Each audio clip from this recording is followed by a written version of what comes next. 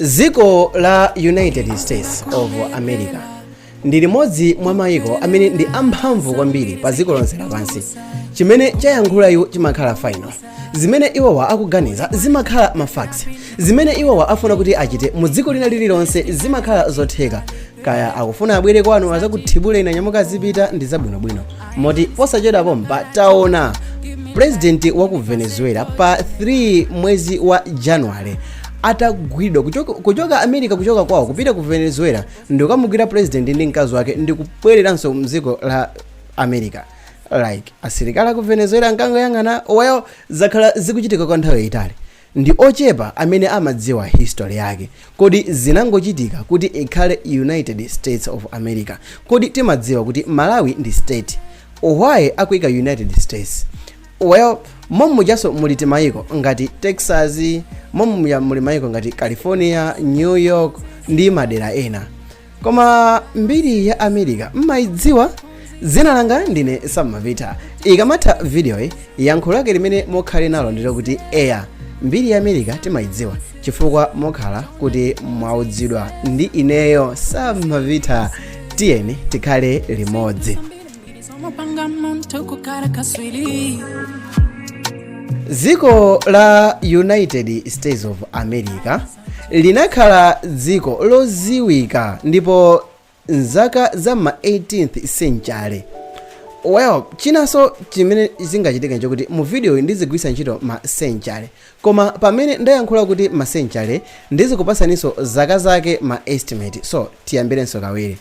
Dziko la United States of America linakhala dziko loziwika mzaka zapakati pa 18th century kapena kuti zaka za ma 1700 ndipo pokutha pa zaka zokwana 200 dziko la America linakhala dziko la mphamvu kwambiri kusatira kugonjesa kwa mayiko ena akuluakulu mu nkhondo ziwiri zija za dziko lonse kapena kuti World War imene inakhalapo World War I komanso World War II. Dziko la America linayamba ndi anthu ongoyendayenda mu makontinenti ndipo anthu oyambirira kufika anakhala kumeneko ku South America ndipo ambiri mwa oyendayenda amakhalanso anthu amene anali ku South America potengera kuti kuja kunali anthu ochepa.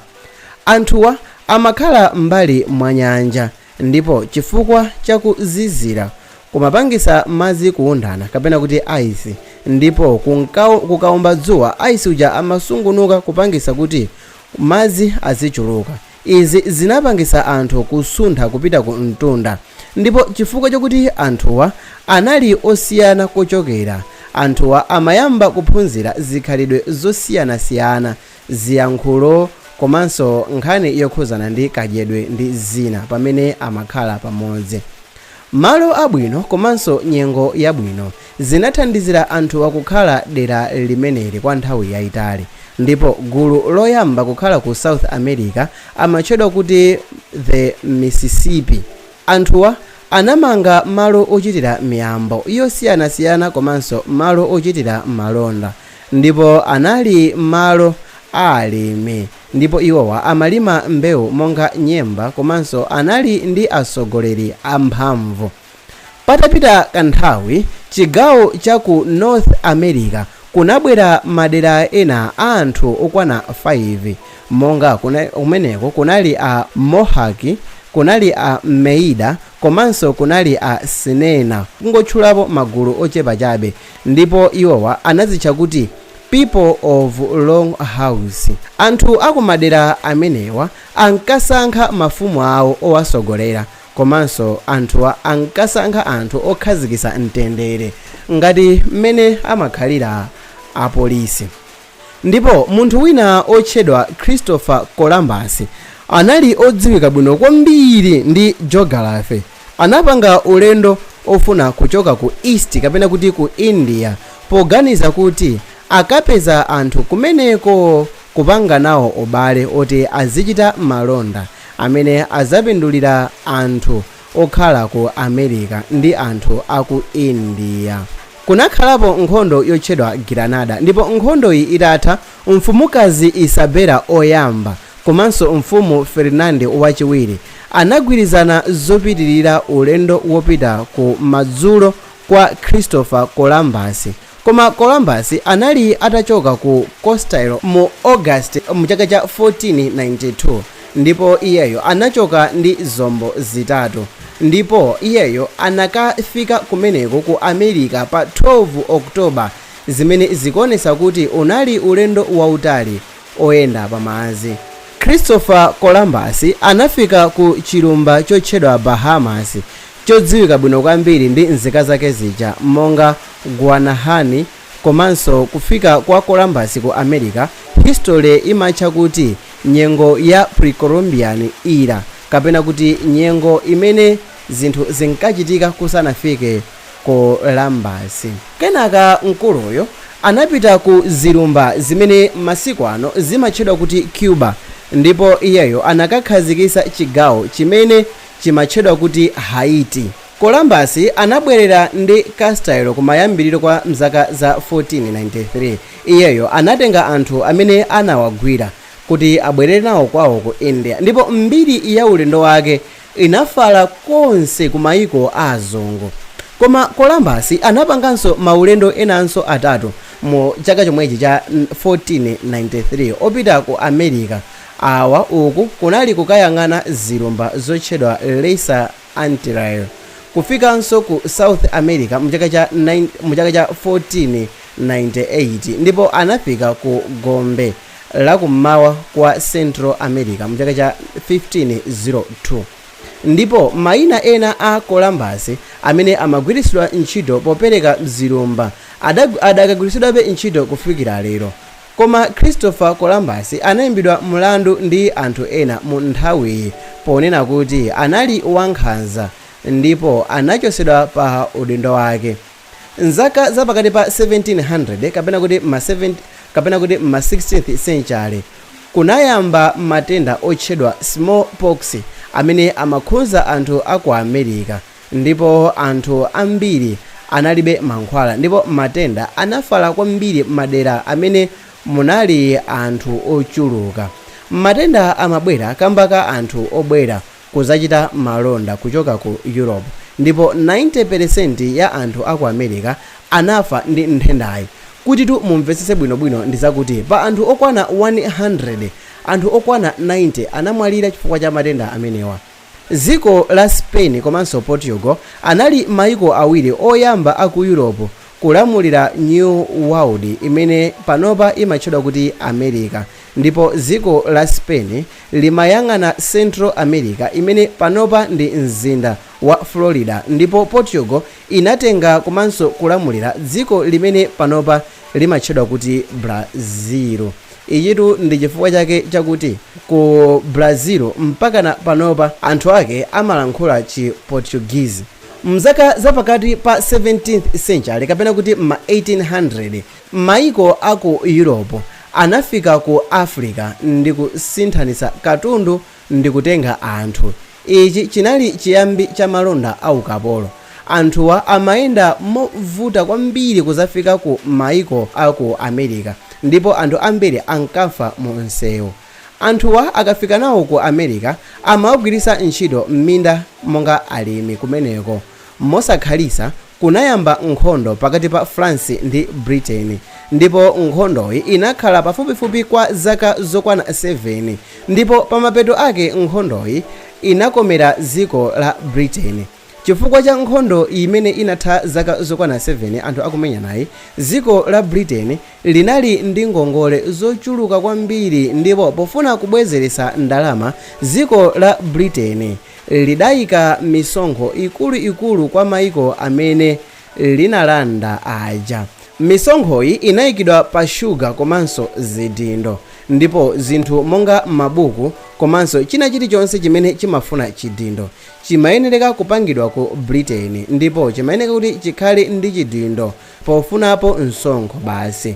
Ndipo maiko ena amene ankalamuliridwa ndi dziko la Britain anayamba kudana ndi misonkhoyi, ndipo dziko la Britain lidawonjezera misonkhoyi pa zinthu zina monga tea, bread, oil ndi zinthu zina zofunikira kwambiri. Kufika pa 5 March mchaka cha 1770 anthu odana ndi ulamuliro wa Britain anayamba zionesero ndipo anthu okwana 5 anaphedwa kuomberedwa. Mchaka cha 1773 anthu ena ochoka ku America anazibisala ndi kuzipasa zina lokuti Sons of Liberty, ndipo awa anabwera ndi kuyamba kukhala mbali mwa maiko amene ankalamulidwa ndi Britain, ndipo anayamba kupanga malonda opanda misonkhoyo. Izi zinapangisa kuti dziko la Britain linyasidwe kwambiri ndi kutumiza asilikali ndi kukayamba kuyandikira ku malire awo, ndipo gulu lochoka ku America lija limene linkachedwa kuti Sons of Liberty analembera kalata dziko la Britain kuti achepese misonkho, koma Britain anakana, sindifuna.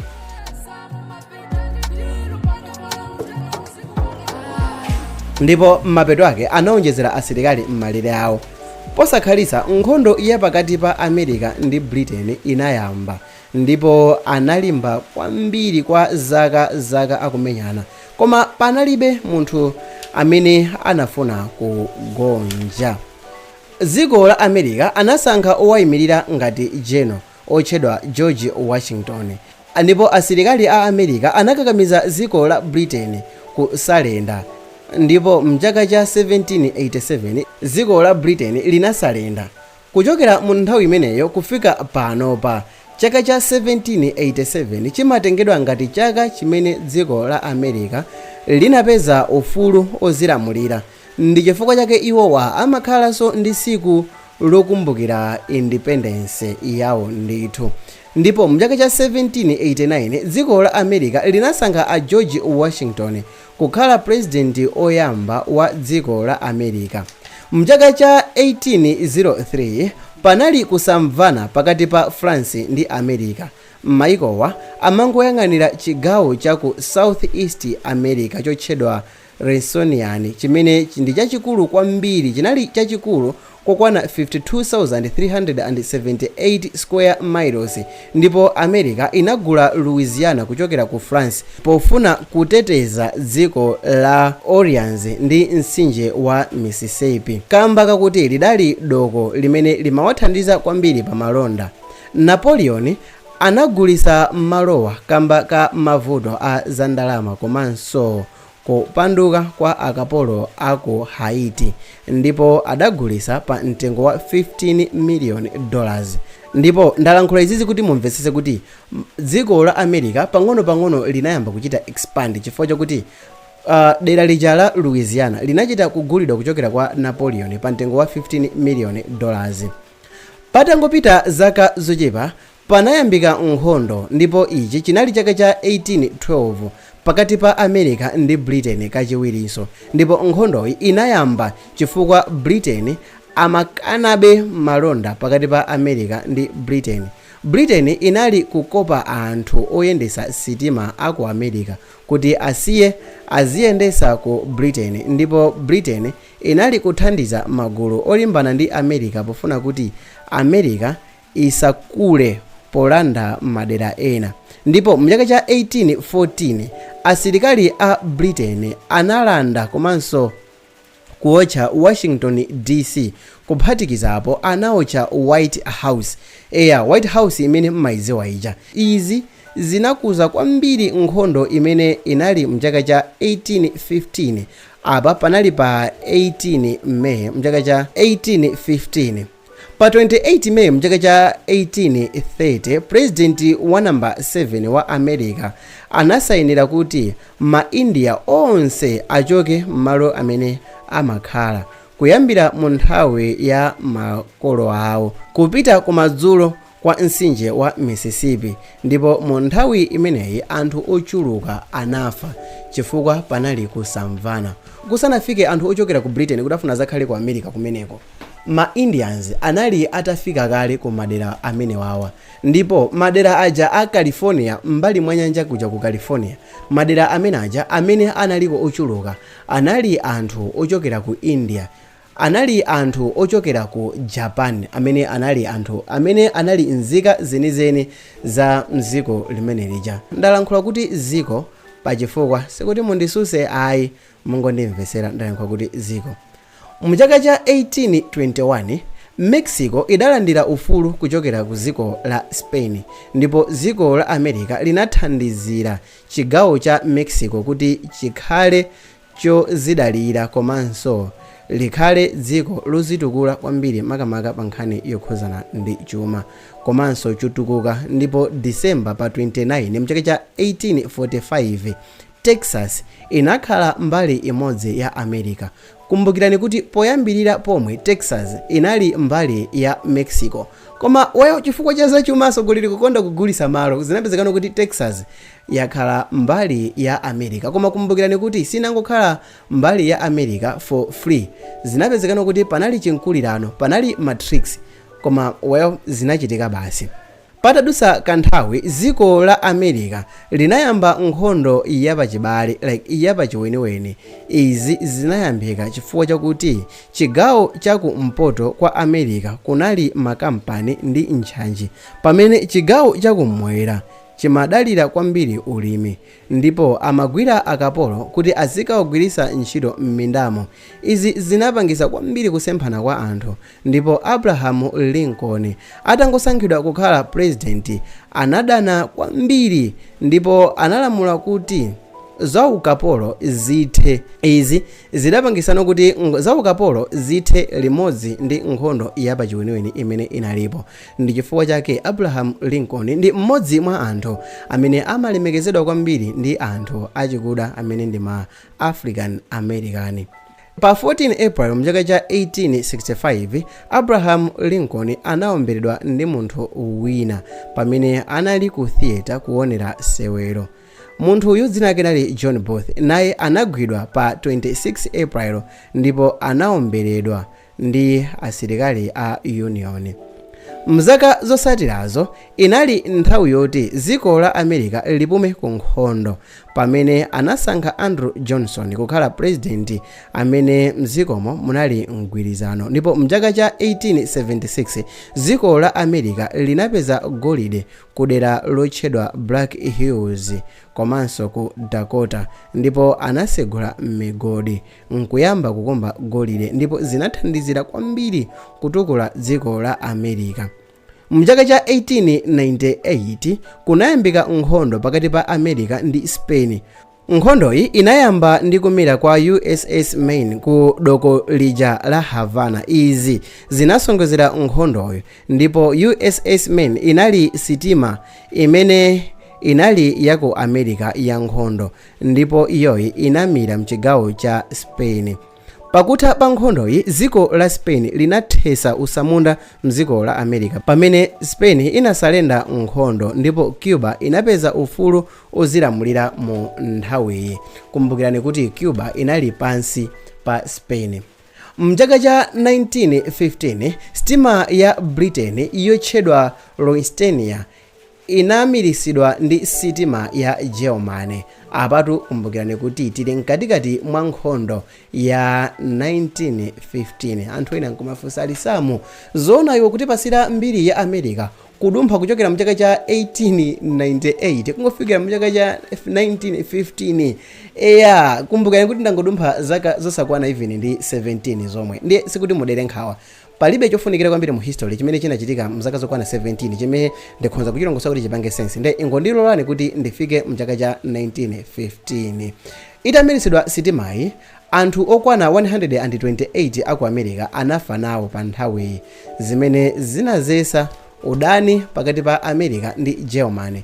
Ndipo mchaka cha 1917 apa panali pa 6 April United States inalengeza nkhondo pa ufumu wa Germany, ndipo iwowa anajoina France, Britain, Russia, Canada kungotchulapo maiko ochepa, ndipo asilikali okwana 116,000 aku America anaphedwa, ngakhale America ndi maiko ena amene anamenya nawo nkhondoyi anawina. Ndikuti apapatu ndikuyankhulano kuti dziko la Russia ndi dziko la America mu nthawi imeneyi mu First World War anali mbali imodzi ngati abwenzi kumenya nkhondo mofanana. Itatha nkhondo yoyamba ya dziko lonse, America inayamba kutukuka mu chuma, ndale komanso technology. izi sizinapitirire kamba kuti America inalowanso mu nkhondo ya dziko lonse lapansi yachiwiri mu chaka cha 1944 ndipo Germany inazasalenda mu chaka cha 1945 pamenenso nkhondoyo inatha.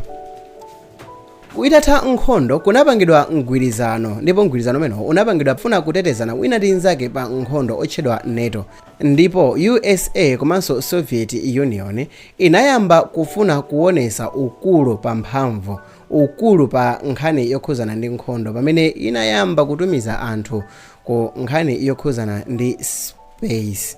Ndipo mu chaka cha 1957 Soviet Union inatumiza satellite yake yoyamba ku space mu chaka cha 1957, ndipo patatha chaka chimodzi nawo America inatumiza anthu ku space ndipo anabwerako bwinobwino. Ndipo mzaka zapakati pa 1950 kufika mzaka za 1960 anthu anayamba kufuna ufulu pandale, maphunziro komanso ndi zinthu zina ku America pamene mtsogoleri wodziwika ndi anthu ochuluka kwambiri pa dziko lonse amene anali waku America, amene anali mtsogoleri wa civil rights movement amene anali Martin Luther, anali nduna ya Baptist, kufikanso iyeyi anali munthu olimbikitsa kwambiri nkhani zokhuza ndi chitukuko amene anagwira nawo gawo lofunikira kwambiri polimbikitsa kufanana kwa ufulu wa anthu aku Africa amene anali ku America.